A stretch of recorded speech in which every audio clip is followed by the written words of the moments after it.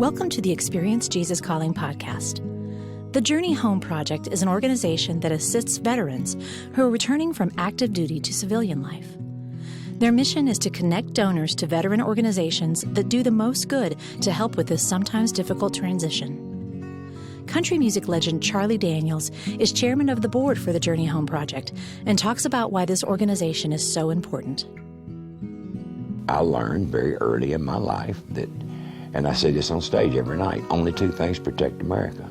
It's the grace of Almighty God and the United States military. It was that way in 1941. It's that way this year, next year, the year after. As long as this country remains free, it will be that. It's a part of who I am to respect and support the military. I mean, that's what Journey Home is all about. We try to soften the landing for our military men and women who come back from service, most of them from battle areas, combat areas. Zachary Bell is a husband, father, and veteran. He served as an infantry rifleman in the United States Marine Corps and did 2 combat tours in Afghanistan. My name is Zachary Bell, and I was an infantry rifleman, and when I left the Marine Corps, my last job, I was a infantry squad leader. My job was just to protect the people and wherever I was at, and to try and provide some form of stable government by assisting the people in Afghanistan, and also to fight enemy combatants. I grew up in Memphis, Tennessee, in West Tennessee, and growing up, I was a troublemaker. I'd say the thing I did most was cause trouble. I was just always wild at heart, is what my grandmother used to say. Parents got divorced when I was really young, and I started to realize the different levels people had of income or economic status some people have and that I didn't have. We were poor growing up, because it really was hard. I remember my mother always working, but I also developed at a really young age this idea of independence and wanting to provide for myself.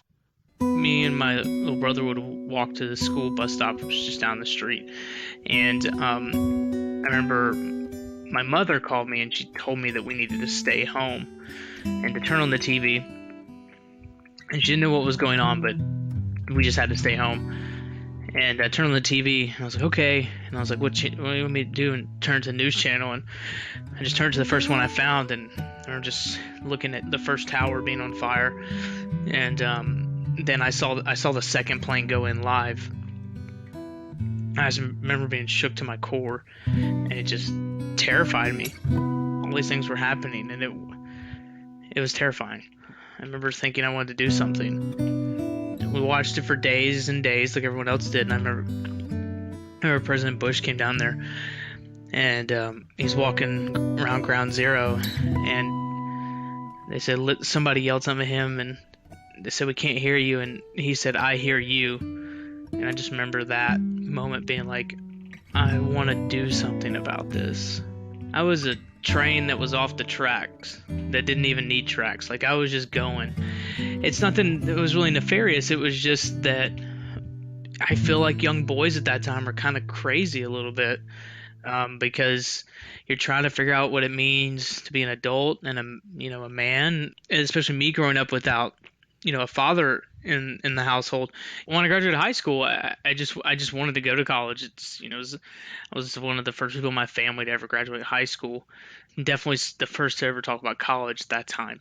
I had a cousin who was in the Marines at the time. He joined about 4 years before I did, and I remember looking up to him a lot. But I just wanted to try and make something of myself, because by that time I decided I wanted to kind of blaze my own trail and find a new path.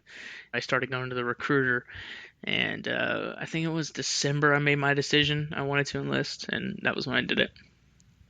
And I left in February. There's a Navy SEAL who he has a podcast. He has this saying that I really, really like, and it's discipline equals freedom. And I've spent about a month lately thinking about it, because I was trying to figure out what that meant. But when you do have discipline, you do actually have freedom in it, because you've provided yourself structure and boundaries in ways you didn't think that you had previously, which is really what I needed. I needed to be accountable. I needed to grow up. And it's just because I had this thing to prove to myself. I wanted to prove that I could stand on my own. And as time went on, I started to really find my groove with it. And I don't remember when it happened exactly. I just remember being like, I'm pretty good at this. They're teaching you classes and stuff, and like it just clicked. Like the pieces just fell in place, and I can remember that moment. Not what was happening. I just remember being. This comes to me. It almost felt like I was born to it in a lot of ways. So the challenges were, shortly after leaving boot camp, I went to the School of Infantry for about 12 weeks, and then you go from there to your unit. And there were a few friends of mine who went from boot camp. We all went to the same unit. And by that time, I was married, and my wife had actually conceived our first child. And they told us our unit wasn't going to Afghanistan. I remember being disheartened about that. But February of '08, after training the whole time, they came to tell us, "Hey, you guys are going to Afghanistan like a month, not even a month, like 2 weeks, and so you guys got to get your stuff together." And so my wife was fully pregnant, packing the car, trying to get everything back home. My unit actually ended up leaving, and I ended up traveling late because the day they left, my wife had started to go into labor. My daughter was born, and 2 days later, I was leaving for Afghanistan. It was hard because until that moment, I had selfishly wanted to go to the war, and then I'm holding my first child, and I couldn't care about anything else than that right there. And it was hard. We just cried. We were at Nashville Airport, and it was the only time I ever traveled in the military and got upgraded to first class was because so many people saw us crying, like right at the gate in security. And I'm in my uniform, and I didn't know if I'd ever see them again. But I knew I was going to do whatever I could to try and make that happen. And it was terrifying. I talked to her a few times, like traveling over there, but once like the mission started, I didn't talk to her for a better part of 3 months until I was able to tell her I'm okay, I love you, and how are you doing? And that was only like a 15-minute phone call. And then after that, it was like we got to call every month for like 30 minutes. But outside of that, it was just writing letters to each other and to my daughter, and she would send packages and pictures and stuff. My success, my military career was always a thing that was there, but it didn't matter because my ultimate goal was to be a successful husband and father. You can do both, but in my opinion, it's very, very hard. Someone once told me that being in the military is one of the most selfish and selfless things you'll ever do. It's very selfish because a lot of what you're doing dictates what your family does, where you move, where you go, what life they all get to live. But it's also selfless because you're giving yourself to a life of service that you'll ultimately won't be able to make the last decision on. And that's how I feel about it to this day too. I would say that the biggest impact to me in my military career was the time during my second deployment. So my first deployment, I'd wanted to be in combat, and we were in combat, but it always felt like we were winning because we always had superiority at all times. Like we never felt surprised or anything. Like we were owning the battle space, is the phrases they would use. But they told us we would go to Iraq for 90 days. So me and my wife Christy, we said, okay, we have our daughter Alyssa, let's try for a second child. And thankfully we conceived our second child, Audrey. So when the president went to announce a troop surge in 2009, that was when they told us we were going back to Afghanistan. They made movies about it and stuff. It was called the Battle of Mars and all these different things. And it's weird because people, hail it in Marine Corps history, because of all these different things that happened. And I'm very proud of my time in the Marine Corps, and especially that we would go on what were known as combat patrols, which mean that every time we left our positions, it was not if we saw the enemy, it was when we saw the enemy, what would happen. And they were, we lost a lot of people, and it just really shaped me in a way I wasn't prepared for. It was hard. And, when someone gets hurt who you're in charge of, or different things like that, it shapes things about you that you'll never really fully understand until beyond that moment. And so that was when I decided that I'd given all that I've got. I've got awards. I've reached this job and this rank that none of my contemporaries have. It's just time to hang it up. Nobody in charge of me was happy because they were trying to get me to re-enlist, and I told them no. You're instantly out of the club because they feel betrayed, and I get that, but you have to make the best decision for you and your family, and you can't be a gunslinger forever. That's what I told all my guys, and that's what I was always told. And it's just that I couldn't keep leaving my family. Though the military taught Zachary valuable things about teamwork and communication, his transition back to civilian life wasn't seamless. I was in charge of 12, 15 people when I left. I had a really good career, and we're living with my mother-in-law. All of us my 4 people in my family are in one bedroom. My mother-in-law's changed around our whole house to make another room into a bedroom for her so we could live there until we got our lives together. And it's hard not to feel like a failure in those moments because you've made the decision you thought was best at the time, which it was, but it doesn't mean that it's not hard. The Journey Home project was something I'd heard about, and I was going to a different school in Middle Tennessee at the time. I was going to Middle Tennessee State University, and I wasn't really sure what I wanted to do with my life, but I'd heard that there was this veterans program at Lipscomb. Then I found out about the Charlie Daniels Scholarship and all these different things, all these different resources that they have and they connect you to get you back into a different place and an environment to succeed. Because in my best estimation, I feel like the hardest part about transitioning out of the military is being completely unsure of what to look for and how to look for it. And just working with them made that seamless. We've done all sorts of stuff since. I was able to get my undergraduate degree at Lipscomb University, and I just finished in May with my master's. Things I didn't think would ever happen, I've been able to do. And working with them, I've seen the impact they've had on my life and many others just by giving people in the middle, and actually people all over the nation now, giving veterans and their family members the opportunity to be connected, and to learn about resources that are out there. And it's awesome. Charlie Daniels explains why he's committed, through the Journey Home project, to help men and women like Zachary be successful in their return from the military back to civilian life. I've been among these guys. I've been in the war zones with these guys. I've seen them.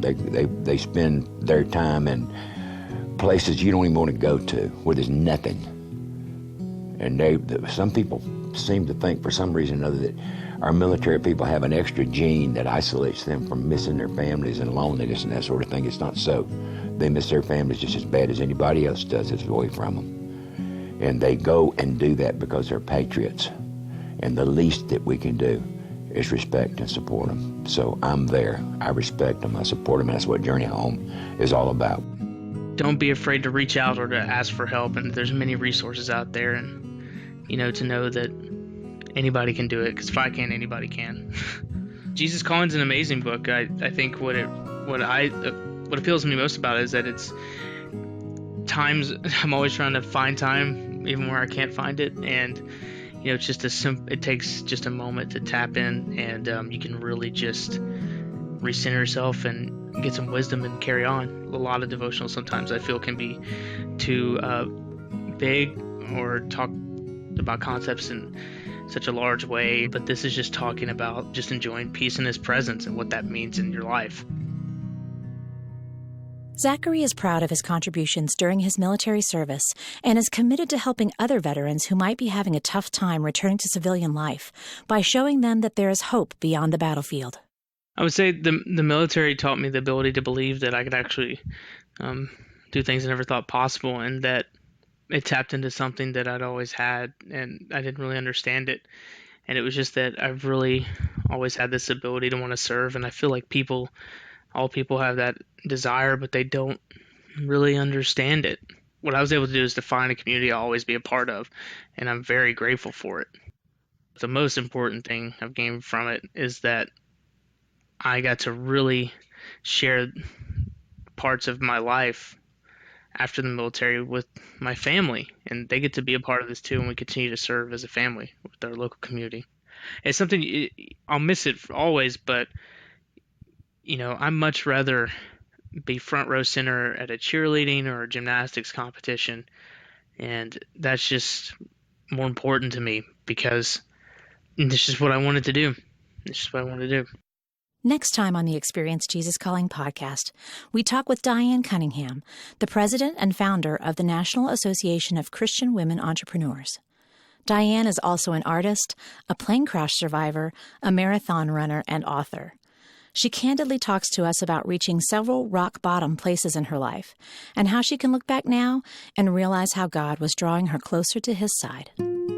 I think I was afraid about money. I was afraid about, am I going to make it? Is this all going to work? What's going to happen? What do I need to do? Just all of those fears would rise up when I got done with my so-called work day. And I didn't know what to do with them. I just didn't know where to put them. And they still rise up. Let's be honest. But I have a place and a way and a toolkit now that's different. I don't have to drink over them. I go to my meetings. I meet with my sponsor. I meet with other women in recovery. I ask for the help that I need. And I know that all I have to take care of is one day at a time. Our featured passage for today's show comes from the February 7th entry of the Jesus Calling audiobook. Come to me for rest and refreshment. The journey has been too much for you, and you are bone weary. Do not be ashamed of your exhaustion. Instead, see it as an opportunity for me to take charge of your life. Remember that I can fit everything into a pattern for good, including the things you wish were different. Start with where you are at this point in time and space, accepting that it is where I intend you to be. You will get through today one step, one moment at a time. Your main responsibility is to remain attentive to me, letting me guide you through the many choices along your pathway. This sounds like an easy assignment, but it is not. Your desire to live in my presence goes against the grain of the world, the flesh, and the devil. Much of your weariness results from your constant battle against these opponents. However, you are on the path of my choosing, so do not give up. Hope in me, for you will again praise me for the help of my presence. Hear more great stories about the impact Jesus Calling is having all over the world. Be sure to subscribe to the Jesus Calling podcast on iTunes. We value your reviews and comments so we can reach even more people with the message of Jesus Calling. And if you have your own story to share, we'd love to hear from you. Visit JesusCalling.com to share your story today.